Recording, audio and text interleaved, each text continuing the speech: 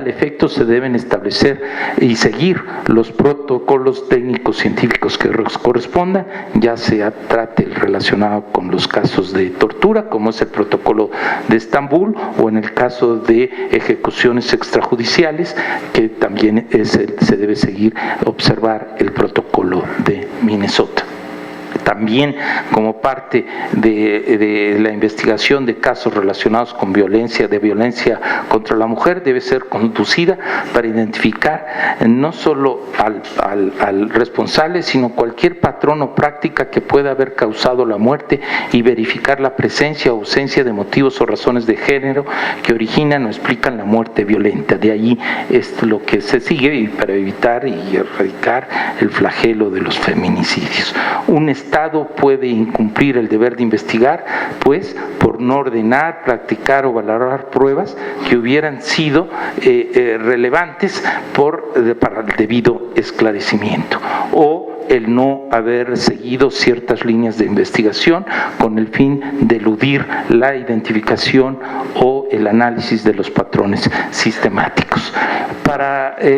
Finalmente, en cuanto a los deberes, todavía como parte del deber de investigar y sancionar las violaciones a los derechos humanos, el Estado debe garantizar la protección para las personas que participan en la investigación, seguirles un debido proceso, y la misma debe desarrollarse en un plazo razonable.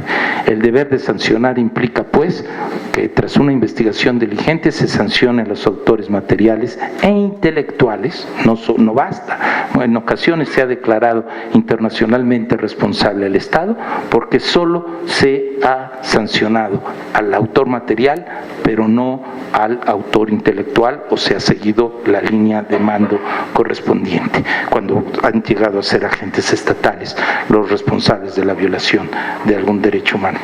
La pena debe ser proporcional con la naturaleza del bien jurídico afectado, y también la jurisprudencia internacional, incluyendo la interamericana, ha establecido que las leyes de amnistía o la prescripción son incompatibles con el deber de investigar las violaciones graves a los derechos humanos. Esto es importante. Hay los casos de Barrios Altos contra Perú, que incluso propició que en su oportunidad que se declaró precisamente incompatible con la convención, la ley de amnistía en Perú, y que después pues permitió que el presidente Fujimori fuese llevado a la justicia. El caso, hay otros ejemplos, pero no me quiero detener en ellos, para arribar a la última obligación que se establece, que es el deber reparar de violaciones a los derechos humanos, que es una de las fases imprescindibles de acceso a la justicia, y debe atender precisamente no solo a identificar al responsable, brindar la justicia, sino también la finalidad de estructurar un entorno político y social sustentado en derechos humanos. Tiene un carácter integral, todo es que la reparación incluye componentes de carácter pecuniario y no pecuniario, y entre las medidas de carácter no pecuniario se encuentran, por una parte, la restitución y la rehabilitación, la otra precisamente medidas de satisfacción. Pensemos en unas la memoria histórica, por ejemplo, es una medida de satisfacción, y lo que mencionaba, que también es fundamental, garantías de no repetición. Esto es, eventualmente, si se debió a una cuestión estructural la comisión de alguna violación a derecho humano, pues la garantía de no repetición es resolver y modificar ese marco jurídico, como fue, por ejemplo, en el caso de nuestro país, la reforma al artículo 13 del Código de Justicia Militar, que preveía la justicia militar para excluir lo relativo a los casos de violaciones graves a los derechos humanos. Este deber también podemos hacer referencia a estos casos. Yo, antes de concluir, nada más permítanme, para ejemplificar qué ocurre. Por ejemplo, ante lo que ha implicado ante un incremento que ha habido muy preocupante de ataques y violaciones a los derechos humanos de defensoras y derechos humanos en la región, de defensoras, perdón, de los ataques y agresiones e incluso asesinatos de defensoras y defensores de derechos humanos en la región. Tanto la Comisión Interamericana como también la propia Corte Interamericana, por ejemplo, en el caso de Honduras, ¿verdad? Y también de Guatemala, estableció la obligación del Estado de establecer una política global de protección a los derechos de defensoras y derechos humanos. ¿Qué implica? Y esto lo vinculo con las obligaciones, 2 minutos, de respeto y garantía, sin duda. Que por un lado es, como parte del respeto, esta política global de protección a defensoras y defensores de derechos humanos, pero lo podemos después pensar en algún otro grupo en situación de vulnerabilidad, las propias mujeres, ciertamente en la región, pero es, por un lado, abstenerse de poner obstáculos para el ejercicio de la labor de defensa de los derechos humanos. En este sentido, por ejemplo, se debe abstener de estigmatizar, ¿verdad? El que se diga, infortunadamente en algunos países de la región, voy a referir a Honduras, Guatemala, por ejemplo, los aspectos involucrados, era recurrente que se vinculara a defensores de derechos humanos por autoridades diciendo están coludidos con los intereses del narcotráfico, ¿verdad? Así ocurrió. O defienden a delincuentes, o son enemigos del desarrollo por tratándose de defensores del medio ambiente, ¿verdad? Porque cuestionaban proyectos de extracción y en fin, ¿no? Y se les dice son enemigos del desarrollo. Este tipo de estigmatización son obstáculos a la labor, o bien el que eventualmente hasta agentes del Estado pudieron haber estado involucrados en los ataques o hasta el asesinato de alguna defensora de derechos humanos en el caso de Honduras. De ahí que hay que, en primer lugar, respeto es abstenerse de cometer estos, pero también hay que establecer ciertas políticas públicas y medidas. Política pública, bueno, están en una situación de vulnerabilidad defensoras y defensores de derechos humanos, hay que establecer un mecanismo nacional de protección, ¿verdad? Y así se establece, se prevé en Guatemala, así se establece en Honduras, ¿verdad? Esa es una política pública, ¿verdad? O que, por ejemplo, cuando son medidas cautelares que otorga la Comisión Interamericana, las implemente ese mecanismo nacional de protección, es otra política pública. En ocasiones puede implicar también como política pública, lejos de estigmatizar, reconocer la labor de defensoras y defensores de derechos humanos, ¿verdad? Es decir, es indispensable su labor no solo es legítima, sino es una forma de contribuir al fortalecimiento del Estado de Derecho, a la salvaguarda de los derechos humanos. Son declaraciones que entre más alto es el nivel de la autoridad que lo realiza, contribuyen, ¿verdad? Son tipos de políticas a actuar. Pero, y que también ya decía, bueno, pero si persiste una situación de riesgo, en ocasiones derivada de grupos de facto, el crimen organizado, hay que establecer mecanismos especiales de protección, ¿verdad? Como decía. Pero también, si infortunadamente todo esto falla y se llega a cometer alguna violación en contra de los derechos humanos de defensor o defensora, que ocurre es investigar, procesar, con debido proceso, investigar, procesar y sancionar al responsable de esa investigación, de esa violación a los derechos humanos, y eventualmente reparar a las víctimas, ¿verdad? Esas son, pues, lo que podría implicar una política global, y que esto ocurre con respecto de todos los estados, y incluyendo precisamente también a través a las autoridades de los respectivos países, de los servidores públicos y servidoras públicas. Y concluyo, pues, pues estamos ante un nuevo paradigma, existían desde antes las obligaciones, pero ahora este énfasis que hace para bien es en la medida que se respeten y garanticen los derechos humanos, no solo los establecidos en la Constitución, sino en los instrumentos internacionales de derechos humanos, se estaría ampliando el ámbito y la vigencia de los derechos humanos de las mexicanas, ¿verdad? Y obviamente los mexicanos, de todos los habitantes de nuestro país, y que en su oportunidad todo está dirigido a salvaguardar la dignidad humana, que es eje rector, valor fundamental y principio toral de todo Estado constitucional democrático de derecho, incluido el Sistema Interamericano de Derechos Humanos. Muchas gracias por su atención.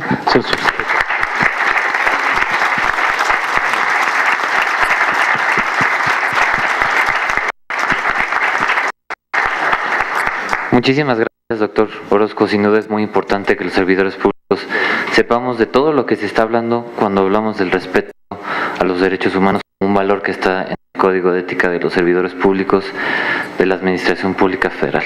Tenemos tiempo para un par de preguntas. Podemos pasar el micrófono a 2 personas y damos oportunidad a que el doctor pueda contestar. Mientras pasamos el micrófono, nada más quiero agradecer muchísimo la presencia de todos los integrantes de los comités de ética y de prevención de conflictos de interés, de los integrantes de nuestro cuerpo directivo, muchas gracias por acompañarnos, de nuestro oficial mayor y presidente del comité de ética de la Secretaría, y desde luego al maestro Javier Vargas, subsecretario, muchísimas gracias por acompañarnos. Ahora sí.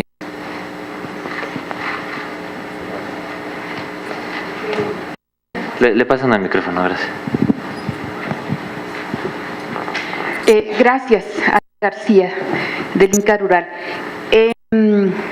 ¿Por qué, maestro, es tan lenta la dictaminación de la Comisión Interamericana de Derechos Humanos?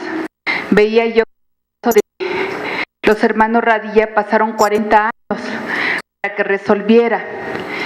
Después creo que el otro caso cercano, que yo me acuerdo, es el caso de las indígenas de Querétaro. Como que pasa mucho tiempo. Entonces yo todo ese tiempo pues es una violación sistemática del derecho, ¿no? Esa es una pregunta. Y la otra, ¿qué acción damos como país en la medida de que se siguen violando los derechos humanos, no se está teniendo la capacidad para garantizar la seguridad? En este caso, lo más sonado es de los reporteros, periodistas. Gracias.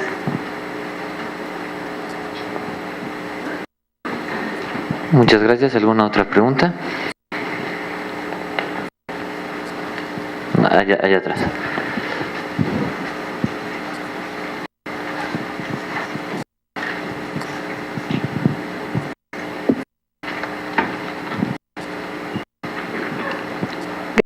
Norma Novoa, del Conocer.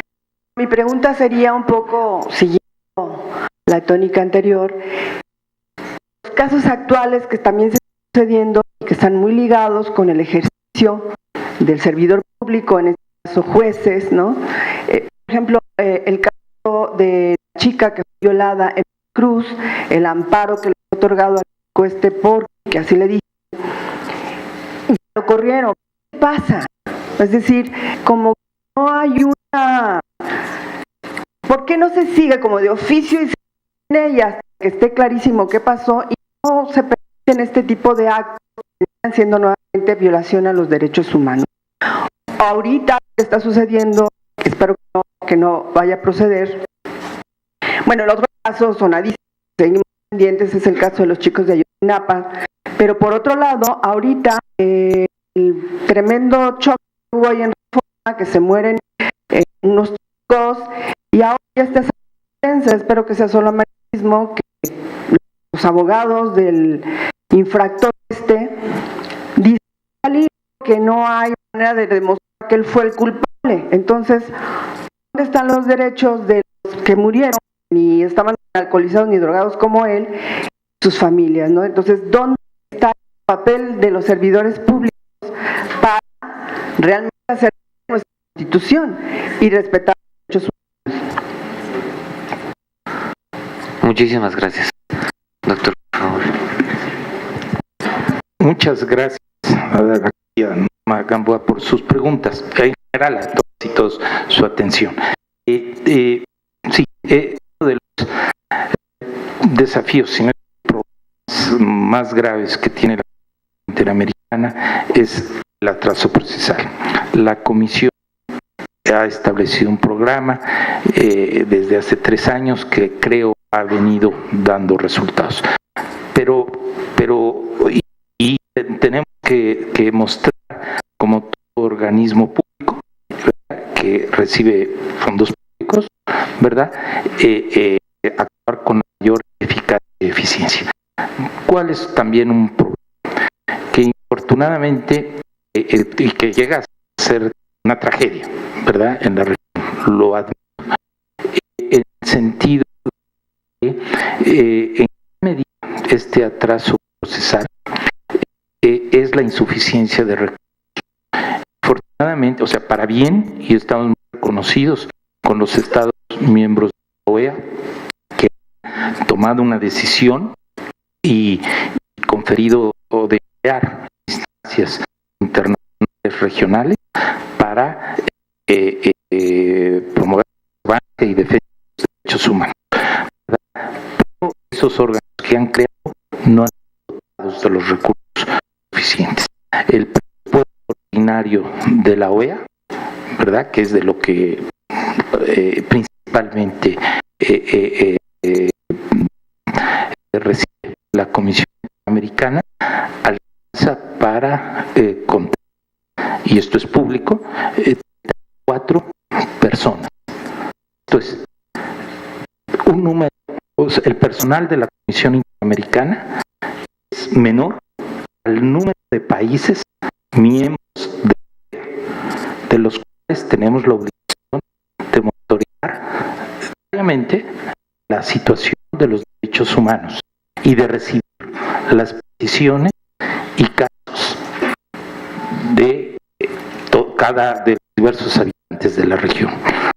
Esto, por más esfuerzo y compromiso, créanme que hay una gran mística de trabajo en el personal de la comisión, que no voy a dar con ella, pero estoy en mi 8º año, incluyendo mi 2º periodo, y puedo atestiguar de una mística, ¿verdad?, y un compromiso con la causa de los derechos humanos, pero Convención Americana sobre Derechos Humanos. Ese es un paso trascendental. Entonces, pero fue una decisión. Voy a dar 2 ejemplos. Uno, María de la Peña, un informe de la Comisión Interamericana en el cual una mujer brasileña que había sido víctima de violencia doméstica, que le había dejado muy afectada a una golpiza que le dio su pareja y que no pudo ser reparada en el ámbito interno, ¿verdad?, y llegó a la comisión, rindió su informe, y es un caso que no llegó a la Corte, fue un informe de la comisión, pero se aprobó en Brasil la llamada ley que lleva el nombre María de la Peña y que establece obligaciones y protocolos para que deben seguir los estados en tratándose de violencia doméstica, ¿verdad? O el caso de Horacio Verbitsky, un acuerdo de solución amistosa, ¿verdad?, que de un caso de una ley de desacato en Argentina que criminalizaba el ejercicio del periodismo, se estableció que la criminalización de la libertad de expresión es incompatible con la Convención Americana. Con base en ese precedente derivado en un acuerdo de solución amistosa, la Comisión impulsó la reforma de 12 leyes en diversos países de la región, incluido México en el ámbito federal, que criminalizaban precisamente el ejercicio de la libertad de expresión. O sea, hay mucha deuda con víctimas, lo sé, pero también hay resultados, y que creo que dada la escasez de recursos con los que cuenta la Comisión, el impacto que tienen sus decisiones es relativo. Otro aspecto de demora es que para que lleguen a la Comisión es ya que se agotaron las instancias internas, y hay veces que transcurre mucho tiempo. Claro, hay también la posibilidad de que si se viola el plazo razonable se acuda a la comisión, pero también es parte de esos 30 años que comentaba. Cuando llegó a la comisión fue con mucho tiempo, mucho más recientemente, pero también demasiado tiempo, lo admito. En fin, y el otro tema, discúlpenme que no me refiera a casos de México porque tengo impedimento, pero en términos generales hago un comentario. Sin duda, los principales garantes de la protección de los derechos humanos son las autoridades nacionales, no son las instancias internacionales. Los principales garantes, y eso es lo que se espera, el diseño no está del sistema interamericano previsto para que todas y cada una de las posibles violaciones a los derechos humanos lleguen a las instancias internacionales, jamás. De lo que se trata es que aquellos que de manera, llamémosle, excepcional llegan, bueno, se establezcan criterios, pero que las instancias nacionales, ¿verdad?, asuman y adopten en el desempeño de sus funciones estándares internacionales, ¿verdad? Entonces se debe actuar con la debida diligencia. Las investigaciones, los casos que usted se refería, hay que actuar desde la primera instancia con debida diligencia y también cumpliendo con las obligaciones de investigar, procesar y sancionar a los responsables y reparar